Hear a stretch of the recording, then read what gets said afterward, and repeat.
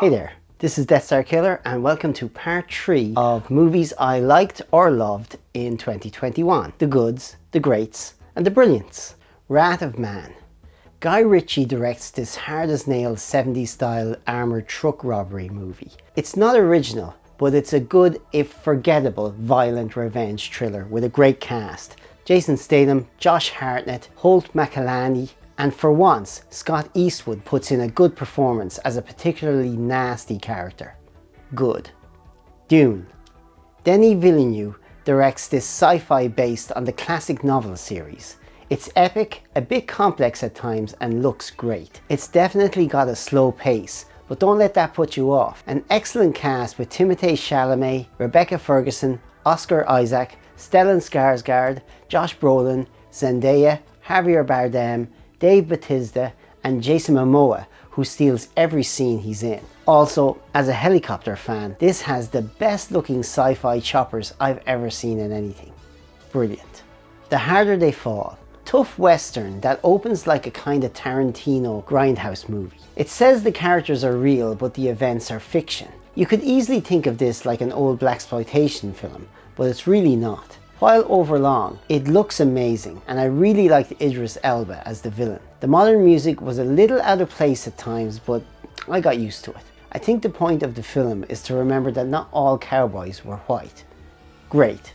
Ghostbusters Afterlife. The original Ghostbusters is one of my all-time favourite movies. Afterlife is a true sequel to it. It's not really about ghostbusting, it's not really a comedy. This is its own thing, while having probably the best, most respectful fan service I've seen in anything. The first half is like a mix of Stranger Things or an 80s Spielberg Amblin film. The second half is where it becomes a Ghostbusters film. The whole film is held together by a standout performance by McKenna Grace as Egon's granddaughter. The sound design is also outstanding. If you are already a fan, the end of this is for you. Brilliant. Spider-Man No Way Home. Now that Spidey's true identity has been revealed to the world, it's really beginning to mess up his life and his friends. For example, no college will accept him. Now, you'd think he'd just call Pepper or Happy and ask them to pull some strings or get them jobs or something like that. But no, he decides to ask Doctor Strange to make most of the world forget that he's Spider-Man. For fuck's sake. Of course, it all goes wrong. Enemies from other dimensions are pulled in, including some much loved heroes. This is lots of fun.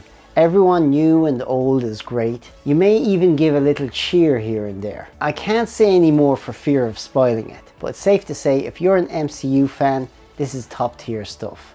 Brilliant. Don't Look Up. In this satirical black comedy by Adam McKay, a planet-killing asteroid is going to hit Earth in 6 months. Leonardo DiCaprio, Jennifer Lawrence and Rob Morgan are the scientists trying to get a disbelieving and frankly dumb world to listen to them.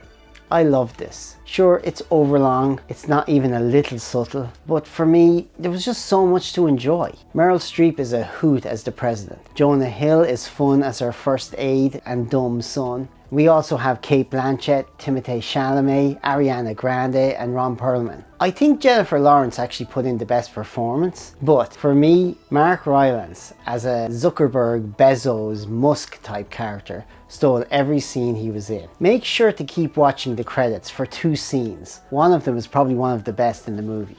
Brilliant. The Kingsman.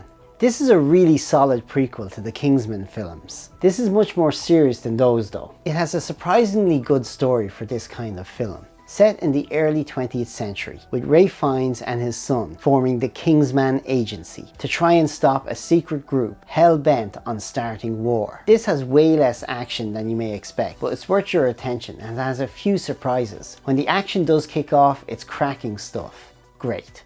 Well, that's the end of my list of movies I liked or loved in 2021. There are 2 more parts to this if you want to go back and check. If you think there's anything I missed, stick it in the comments. I know there's still a lot of movies for me to see from last year. Next week I'm probably going to have a best TV of 2021, so watch out for that. Until the next time, this is Death Star Killer signing off.